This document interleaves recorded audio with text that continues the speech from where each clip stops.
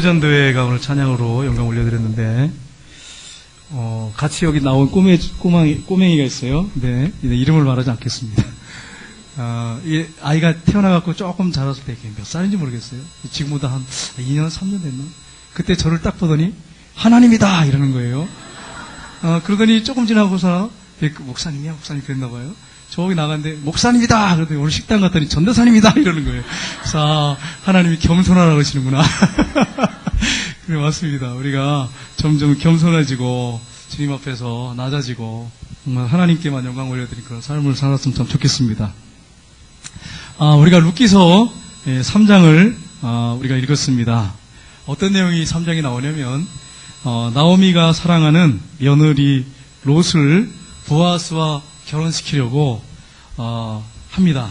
근데 이게 그냥 인간의 어떤 욕심에서 나온 게 아니고 하나님의 말씀, 율법에서 기업 물을 자를 세워서 가정을 세우라 하는 것이 분명히 기록이 되어 있습니다.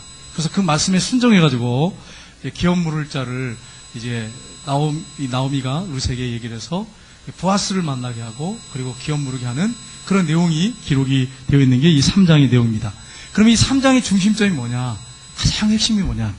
이 3장의 중심점은 롯이 보아스에게 당신이 기업 물을 자가 되민이다 이렇게 대놓고 얘기를 합니다. 시어머니의 말을 듣고 가서 당신이 우리 가정에 우리 가문에 기업 물을 자입니다. 이렇게 얘기하니까 보아스가 여호와의 살아계심을 두고 맹세하노니 내가 기업 물을 자의 책임을 내게 이행할 것이다. 이렇게 얘기하는 내용입니다. 이게 오늘 본문의 가장 핵심적인 내용입니다. 그러면 룻기가 강조하는 여기서 기업이 뭐냐? 기업 물을 자, 물러야 할 기업이 뭐냐는 거예요. 우리가 생각할 때는 보아스가 땅을 아니면 재산을 그대로 이어받도록 하기 위해서 그렇게 하나님께서 하신 거냐 하는 거예요. 물론 땅도 재산도 기업입니다. 그러나 여기서 중요한 것은 뭐냐면 자손입니다. 자손임을 이걸 놓쳐버리면 안 돼요. 기업 물을 짜니까 우리 밭 돌려받게 해주십시오. 우리 땅 돌려받게 해주십시오. 그게 아니라는 거예요. 그렇게 생각하면 안 되고요. 여기서 자손을 있게 해달라는 거예요. 자손. 그런데 왜 이게 자손이 중요하냐면 보아스가 룻을 통해서 오벳을 낳고 오벳이 이새를 낳고 이새가 다윗을 낳고 그리고 쭉 내려가서 나중에 다윗의 후손 중에 예수 그리스도께서 오시기 때문에 이 구속사적 관점에서 볼 때 이게 얼마나 중요한가. 땅 한 평, 땅 몇 평. 그게 중요한 게 아니죠. 예수 그리스도께서 그 가문에 오셔요. 그러니까 여기서 기업 물을 자라고 하는 것은 영적으로 우리가 해석했을 때 얼마나 이게 중요한가. 그들은 혹시 몰랐을지 모르겠지만 성령의 역사하심이 있으니까 아마 느꼈을 겁니다. 그런데 그 가정에서 이제 메시아가 올지는 이분들이 정확하게 알는지 잘 모르겠어요. 그러나 성령께서 그들 가운데 역사하고 계셨고 그들이 알든 모르든 이 기업을 꼭 이렇게 우리가 이어야 된다 하는 것을 확실히 잡고 있었다고 하는 사실이에요.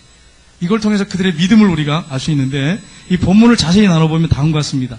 1절부터 6절에 보시면 시어머니 나오미의 말에 순종하는 롯이 나오고 7절에서 13절에 보면 롯에게 기업 물을 책임을 이행하겠다고 약속하는 보아스가 나오고 14절 18절에 보시면 나오미는 보아스가 기업 물을 책임을 성실히 시행할 것이다 라고 하는 것을 그에게 이야기하는 내용이 이게 전체적인 내용입니다.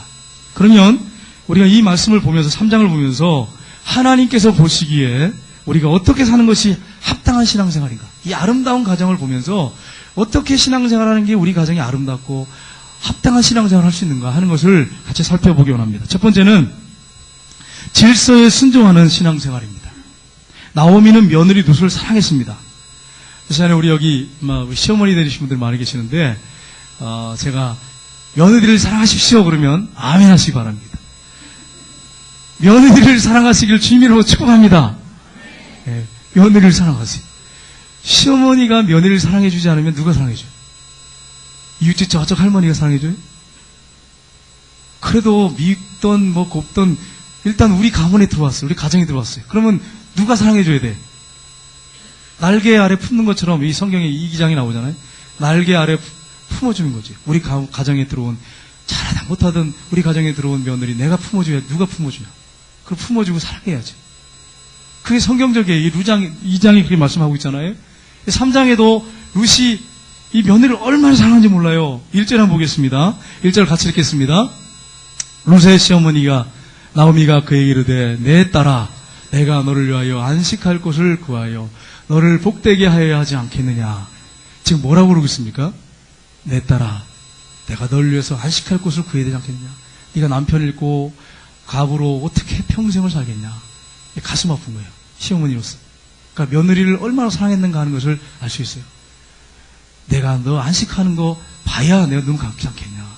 며느리에게 지금 이렇게 얘기하고 있어요. 얼마나 아름답습니까?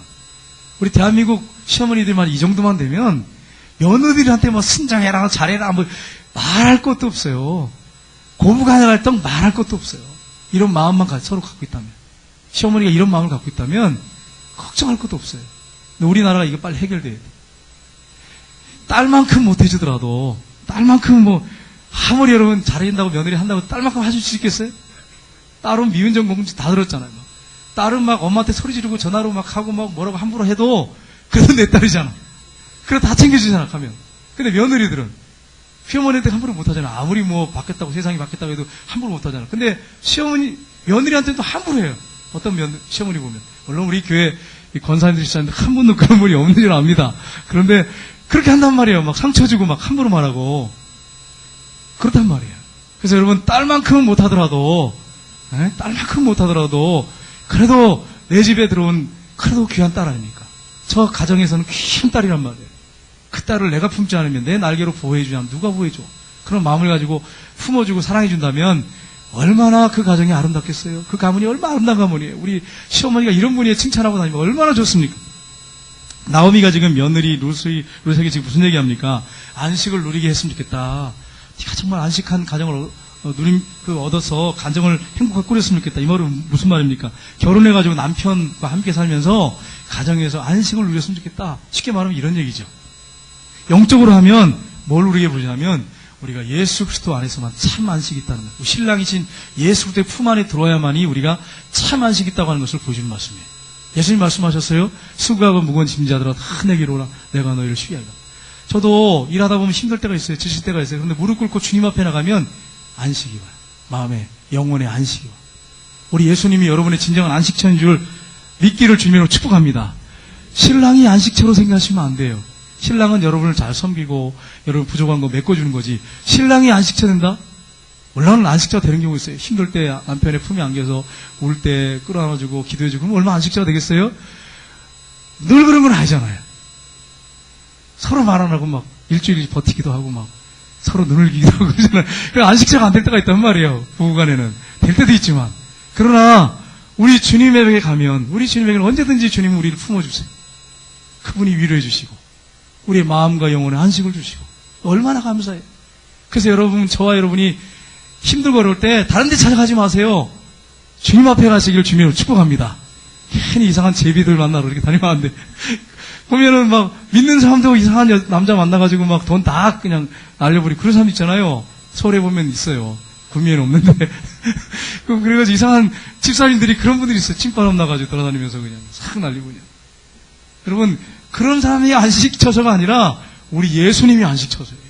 우리 예수님께 나오면 언제든지 그분이 안식을 주시고 우리에게 평화를 주시고 그분의 품에 안겨야 돼요. 그래서 오늘 영적으로 하면 그렇습니다. 나오미는 룻에게 제안을 합니다. 2절 4절까지 무슨 제안을 합니까? 보아스는 우리의 친족이다. 기업 물을 사람이니까 목욕을 해라. 목욕 제개를 하고 몸에 기름을 발라라. 그리고 타작마당에 내려가서 그가 일을 마치고 누워있을 때 컴컴할 때 가서 그 발치에 있는 이불을 들어가서 누워있어라. 지금 그렇게 제안을 하고 있어요. 근데 여러분 이 영적으로 하면 어떠냐면 목욕을 하라 이렇게 한 것은 영적으로 하면 신랑 주님을 우리가 맞이하기 위해서 보혈의 피로 우리의 죄를 씻고 말씀의 그 물로 우리를 씻어서 정결케 해야 된다는 거. 그리고 기름을 바라는 말은 뭡니까? 성령의 기름을 받아서 성령의 인도하심과 가르침을 받아야 된다라고 하는 걸 보여주고요. 영적으로 하면 그렇습니다. 옷을 입으란 말씀은 세마포, 흰의 옷, 그 세마포 옷을 입고 우리가 정결한 신부로 신부단장해야 된다라고 하는 것입니다. 영적으로 하면 그렇습니다. 그래서 그가 어머니의 말에 그대로 순종합니다. 그래서 5절 6절 한번 보겠습니다. 같이 읽겠습니다. 룻이 시어머니에게 이르되 어머니의 말씀대로 내가 다 행하리다 하니라. 그가 타작마당에 내려가서 시어머니의 명령대로 다 하니라. 지금 여기 보세요. 룻이 지금 어떻게 하고 있습니까? 시어머니 말을 그대로 다 순종해요. 그대로 다 순종해요. 여러분, 시어머니가 얘기할 때 때로는 이 세대 차이가 나기 때문에 안 맞을 수 있어요. 그러나 큰 죄를 짓는 게 아니라면, 주님의 말씀에서 벗어난 게 아니라면 순종하십시오. 그대로 다 행하잖아요. 그럼 여기서 우리가 끝날 게 아니죠. 우리가 기억할 것은 여기서 보십시오. 이것은 그냥 어머니 말만 순종한 게 아니고 계대 결혼이 있어요. 성경에. 그 하나님의 말씀에 순종하는 것입니다. 그걸 보이고 있어요. 그러니까 질서에 순종했는데 결국은 누구에게 순종한 거냐면 하나님께 순종한 거예요. 왜요? 하나님 말씀이 그렇게 계대 결혼에 대해서 말씀하고 있으니까. 그런데 여러분 기억할 것은 에베소 6장 1절에 자녀들아 주 안에서 너희 부모에게 순종하라. 이것이 옳으니라. 내가 땅에서 잘되고 형통할 것이다. 부모를 잘 섬기는 사람은 잘 될 수밖에 없어요. 형통할 수밖에 없어요. 여러분 제가 가끔 이런 얘기를 설교 시간에 했습니다. 제가 우리 외할머니를 또 굉장히 사랑했어요. 그래가지고 신이 이렇게 떨어지면 제가 다 사다 드리고 성경책 사다 드리고 그러니까 할머니가 기도할 때 1번이 누굴까요? 1번이 누굴까요? 저예요. 저를 건너뛰고는 넘어갈 수가 없어. 그래가지고 제가 새벽 기도를 한번 따라가 봤어요. 가서 이렇게 앉아있는데 제일 1번이 누구냐면 저예요. 아들 둘이 목사님이시잖아요. 그런데 저를 놓고 먼저 기도하세요. 하나님, 우리 문선이. 왜 그럴까요? 드신 게 있는데 저한테. 늘 내가 그렇게 챙겨드리는데 저를 위해서 안 할 수는 없잖아요. 그 제가 왜 이 얘기를 하냐면 부모에게 순종하고 잘하면 결국 그 복이 다 누구에게 돌아가면 우리에게 돌아갑니다. 여러분이 부모에게 잘해보세요. 시어머니에게 시아버지에게 잘해보세요. 그러면 그 며느리 생각하면 늘 눈물이 나고 그 며느리 우리 아들 늘 기도하잖아요. 못되게 해보세요. 기도합니다. 자녀니까 안 할 수는 없어요.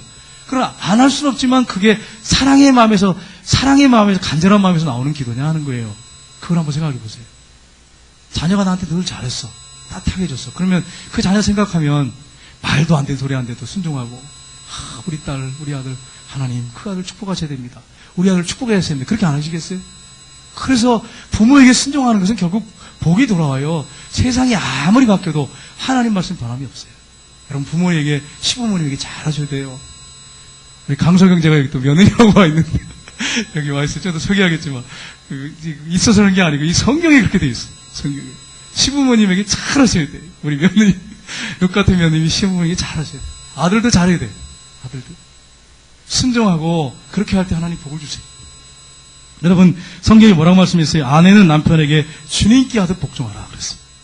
여러분 남편이 잘나서 복종하라는 말씀이에요? 남편이 똑똑해서 복종하는 거예요? 돈 많이 벌어다 줘서 복종하라는 말씀이에요? 그거 전혀 관계없습니다. 돈을 못 벌어줘도 내 남편이 알코올 중독자라도 내 남편이 나를 속을 팍팍 긁더라도 죽게 하듯이 하라는 거예요. 그러면 놀라운 변화가 일어난다는 거예요. 사실입니다. 저는 그런 사람들을 간증을 너무 많이 들었어요.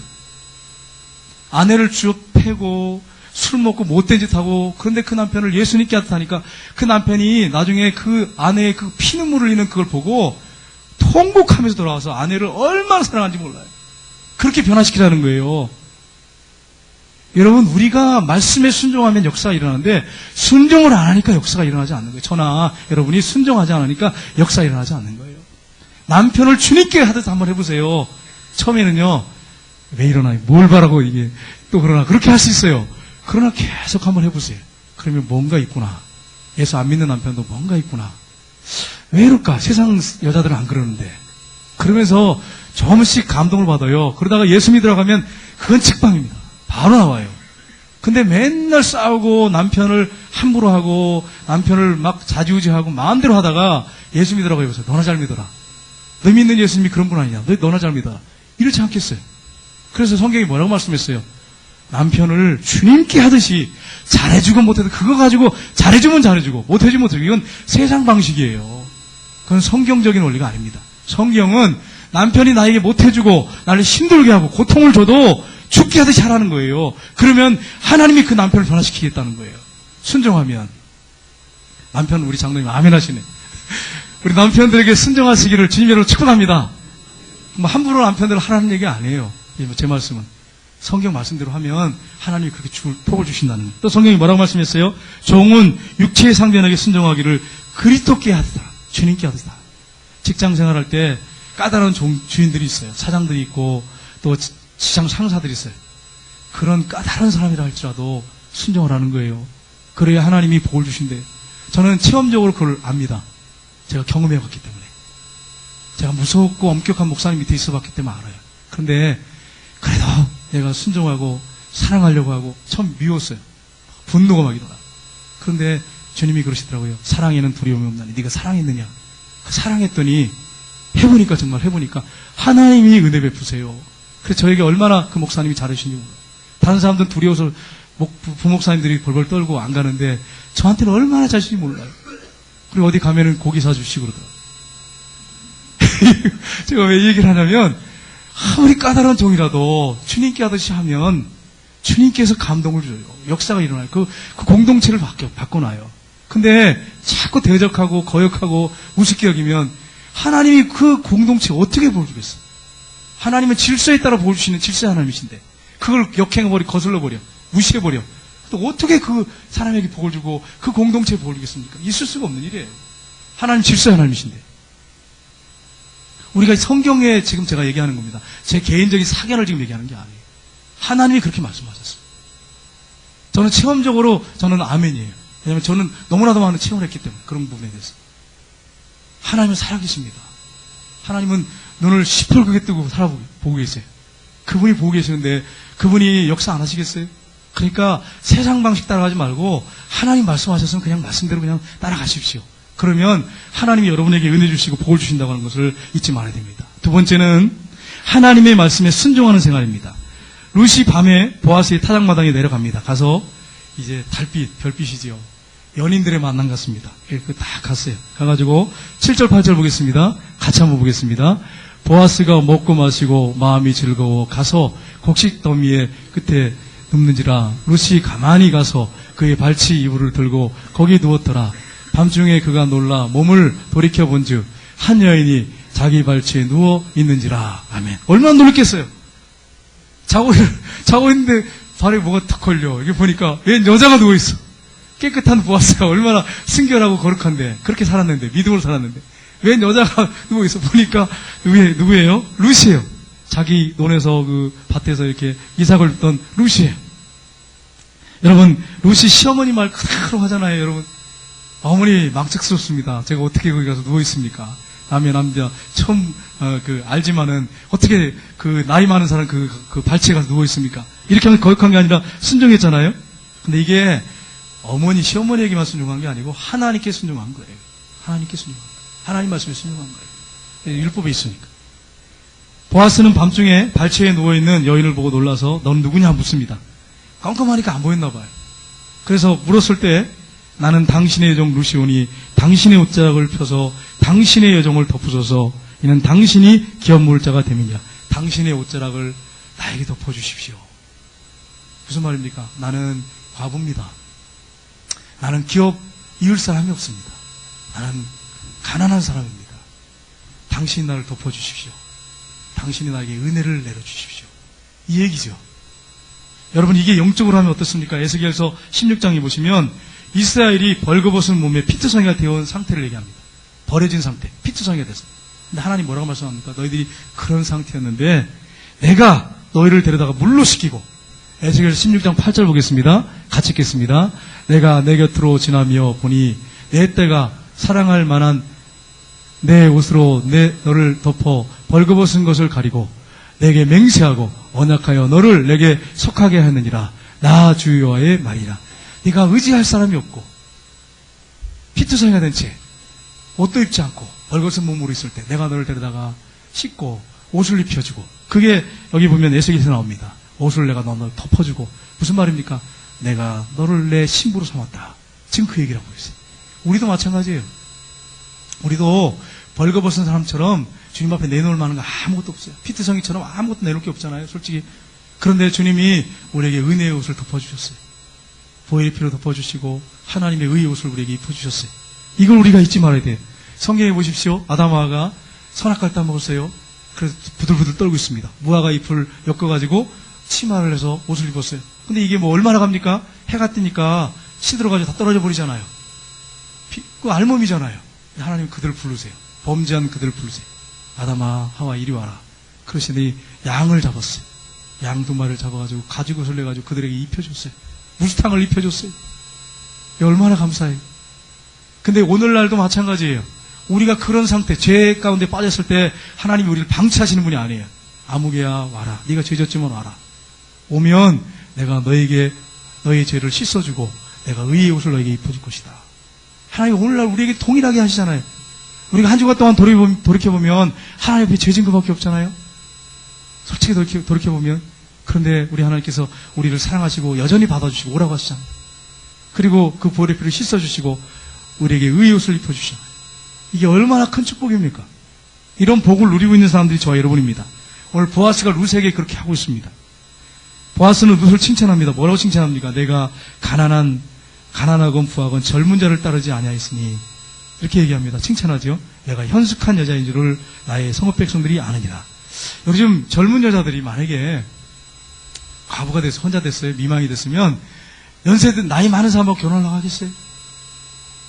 물론 돈 밝힌 여자는 좀 그럴 수 있겠지만은 일반적으로는 젊은 사람 따라가려고 하죠. 나이 든 사람하고 결혼하려고 하겠습니까? 그런데 이 룻은 그렇게 하지 않았다는 거예요. 시어머니 모시면서 그리고 어머니 말에 순종해서 그 나이 많은 보아스에게 와서 당신이 나의 기업물을 짭니다. 그리고 매달리잖아요. 여러분 이게 얼마나 아름다운 모습이에요? 사실 따지고 보면 그러니까 영적인 사람이죠. 어떻게 보면 믿음의 사람이죠. 룻기 3장 13절 하반절 보겠습니다. 같이 읽겠습니다. 여호와께서 살아계심을 두고 맹세하노니 내가 기업 물을 자의 책임을 내게 이행하리라. 아침까지 누워있을지니라 하느니라. 내가 행하겠다. 그렇게 얘기합니다. 그런데 신명기 25장 5, 6절 보겠습니다. 같이 읽겠습니다. 신명기 형제들아 함께 그 중에 하나가 죽고 아내가 없거든 그 죽은 자의 아내는 나가서 타인에게 시집가지 말 것이요. 여기까지 시집가지 말 것이요. 그의 남편의 형제가 같이 읽겠습니다. 그의 남편의 형제가 그에게 돌아와서 그를 맞이하여 아내로 삼아 그의 남편의 형제에 대한 의무를 그에게 다 행할 것이요. 그 여인이 낳은 첫 아들이 그 죽은 자의 형제의 이름을 잊게 하여 그 이름이 이스라엘 중에서 끊어지지 않게 할 것이니라. 아멘. 하나님 말씀을 그대로 순종하잖아요. 다른 데 시집가지 말라. 이거 그대로 이방 여인이에요. 이 여인은 하나님 말씀 얼마나 알았었겠어요? 근데 믿음으로 사니까 하나님이 그렇게 그 마음을 주장하셨어요. 그래서 그렇게 그대로 하잖아요. 그대로 하지 않습니까? 그런데 중요한 것은 이 계대 결혼을 하나님이 세우신 이유가 있어요. 이걸 통해서 메시아의 이 계보가 끊어지지 않도록 하기 위해서 하나님이 이걸 주셨어요. 사실 영적으로 하면. 우선 이스라엘 무슨 그 가문을 잇는 것도 중요하지만 하나님께서 영적으로 깊이 들어가면 하나님께서 메시아의 대가 끊어지지 않도록 하기 위해서 이 말씀을 주신 거예요. 이게 얼마나 큰 축복의 말씀입니까? 보아스는 하나님 말씀에 순종했어요. 나오미도 마찬가지예요. 룻도 마찬가지예요. 결국 보면 본질로 들어가면 다 순종했어요. 하나님 말씀. 우리가 해야 할 일이 뭐냐? 이렇게 할 수도 있고 저렇게 할 수도 있어요. 그러나 중요한 것은 하나님 말씀이 뭐냐? 하나님이 어떻게 하기 원하느냐를 우리가 집중하셔야 돼요. 생각은 다를 수 있어요. 여러 가지로. 그러나 우리가 믿음으로 하나님의 말씀을 선택해야 돼요. 진리를 선택해야 돼요. 진리를 선택하고 나가야 돼요. 그게 우리가 해야 할 일이에요. 생각을 많이 할 수 있지만 결국 마지막 결론은 진리가 되도록 해야 돼요. 말씀이 되도록 해야 돼요. 진리를 선택하고 나가야 돼요. 그래야 여러분의 삶이 복된 삶이 된다고 하는 것을 여러분 잊지 마셔야 돼요. 세 번째는 하나님을 온전히 의지하는 신앙생활입니다. 우리 새벽까지 누웠다가 사람들이 없을 때, 왜냐면 들통나면 안 되잖아요. 웬 남자 여자가 저 이상하게 밭에서 나오네. 이러면 이게 얼마나 큰 부끄러운 수치입니까? 이거 보아스 아니야, 루시 아니야. 이러면 이게 동네 소문 쫙 퍼지는 거죠. 시골에 소문 다 퍼지잖아요. 그러니까 캄캄할 때, 어두울 때 이제 헤어집니다. 헤어지는데 이 보아스를 보세요. 겉옷을 펴라 그러더니 보리를 6대를 데워줍니다. 근데 이게 겉옷이 뭐냐면 이 몸 전체를 감싸는 너울입니다. 여기다가 데워줘요. 그러면은 6대면 얼마냐? 우리나라로 하면 한 대가 1.4kg입니다. 그럴 거예요. 그러면 한 10kg 정도 됩니다. 9.6인가 7인가 돼요. 그러니까 10kg 정도를 이렇게 쌀을 이렇게 대가지고 준 거예요. 그걸 이고 가게 한 거예요. 집에 도착해서 시어머니가 룻에게 묻습니다. 딸아 어떻게 되었느냐? 이러니까 룻이 그 보아스가 한 얘기 다 얘기합니다. 그러면서 뭐라고 하냐면 이 보리를 6대 데워주면서 빈손으로 내 시어머니에게 가지 말라 했습니다. 이랬어요. 자, 우리 여기 며느리 되신 분들, 다 며느리 다 있나요? 시어머니 안 계시고 며느리, 시어머니 계시고 며느리만 하겠습니다. 이렇게 따라하겠습니다. 빈손으로 내 시어머니에게 가지 말라. 어떻게 하지 말라고요? 빈손으로 시어머니에게 가지 말라. 여러분, 목사님, 우리 집 가난한데 어떻게 시어머니에게 빈손으로 안 하고 어떻게 갈 때마다 그렇게 뭘 싸가지고 합니까? 돈을 어떻게 드립니까? 성경 말씀이 있잖아요. 빈손으로 시어머니에게 가지 말라. 믿음의 사람이 한 말이에요. 믿음의 사람이. 여러분, 우리 이번에 일본에 오신 우리 선교사님 와서 무슨 말씀합니까? 아버지 잘 산대. 그런데 돈을 가지고 가서 용돈을 탁 드리면 시험 못 되잖아. 다시 보고 대우가 다르대잖아. 이게 인간이야. 이게 어쩔 수가 없어. 예를 들어서 고향을 찾아가서 명절 때 근데 아무것도 안 가지고 없다고, 나 가난하다고. 그러면 시어머니가 그래 가난해서, 시아버지가 그래 가난해서 그래서 이해한다 그럴까요? 있어도 그거 뭐 있어 받아도 그만 안 받아도 그만이잖아요. 근데 그 마음이잖아. 양말 한 컬레라도 그 얼마 안 되는 거 사가지고 가면, 몇 천 원 안 되는 거 사가면, 그래도 우리 며느리가 그렇게 가난하게 살래도 그래도 내 시어머니 생각하는구나. 그리고 어떻게 합니까? 그리고 그 며느리 귀하게 여기잖아. 챙겨서 더 주지. 안 주겠어요? 여러분 가져가면 더 받습니다. 사실이에요. 만약에 시어머니를 기쁘게 하고 시아버지 기쁘게 하면 더 싸주지. 솔직히 그거 먹고 그냥 끝내는 분이 어디 있어요? 그래가지고 그 얘기 하시잖아요.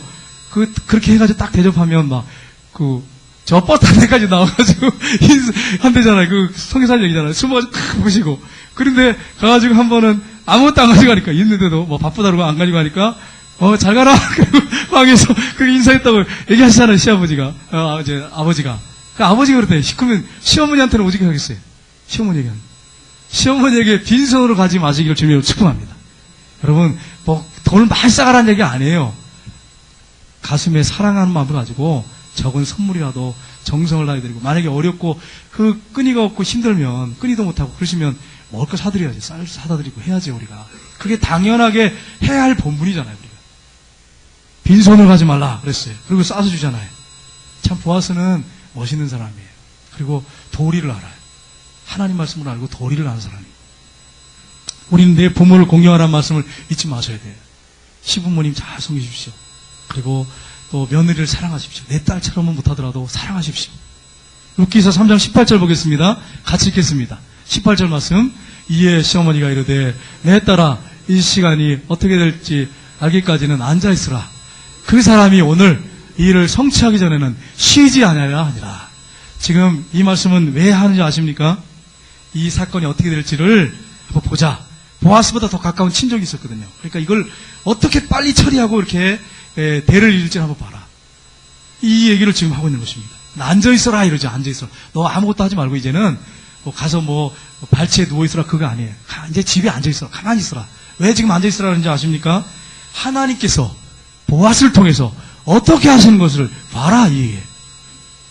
우리가 하나님 앞에 기도했으면, 말씀을 붙잡았으면 그거 가지고 막 안절부절하지 말고 하나님 앞에 기도가 막혔으면 앉아서 하나님이 어떻게 하시는지를 보십시오. 여러분 성경에 보시면 이스라엘 백성이 출애굽을 했어요.